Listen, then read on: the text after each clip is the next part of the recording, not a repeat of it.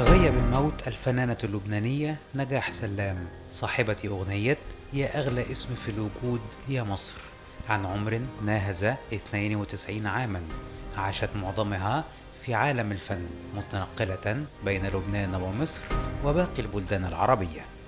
اشتهرت سلام على مدى مسيرتها الطويلة بأداء الأغاني الوطنية للبلدان العربية، إضافة إلى الابتهالات الدينية، وخصوصا في الفترة الأخيرة من مسيرتها الفنية.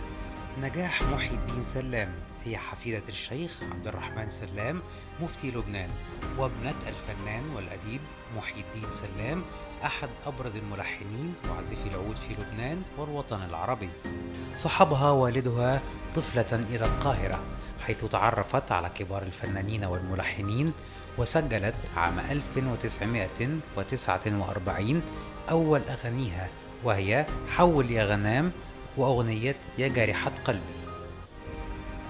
مثلت سلام أول أدوارها السينمائية في فيلم على كيفك بمشاركة ليلى فوزي وتحية كاريوكا ومحسن سرحان، ومن إخراج حلمي رفلة.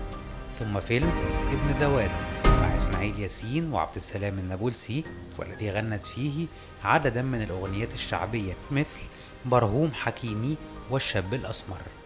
كما ظهرت في فيلم الدنيا لما تضحك مع شكري سرحان وإسماعيل ياسين، ثم فيلم الكمثريات الفاتنات مع كارم محمود، وفيلم سر الهاربة مع سعاد حسني.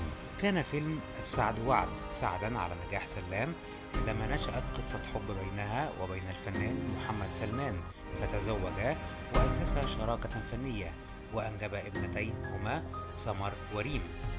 وفي عام 1956 أسس شركة إنتاج.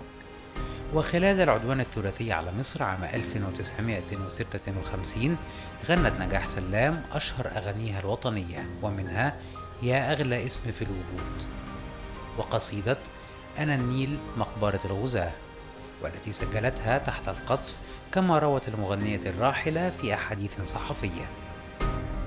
عاشت نجاح سلام فترات طويلة في مصر، وتم تكريمها بمنحها الجنسية المصرية عام 1974، ومنحها الرئيس اللبناني إلياس الهراوي وسام الاستحقاق برتبة فارس. رحم الله الفنانة الكبيرة نجاح سلام. يا مصر اسم مدلول القلوب، يا مصر نعيش لمصر ونموت لمصر، مصر مصر تحيا.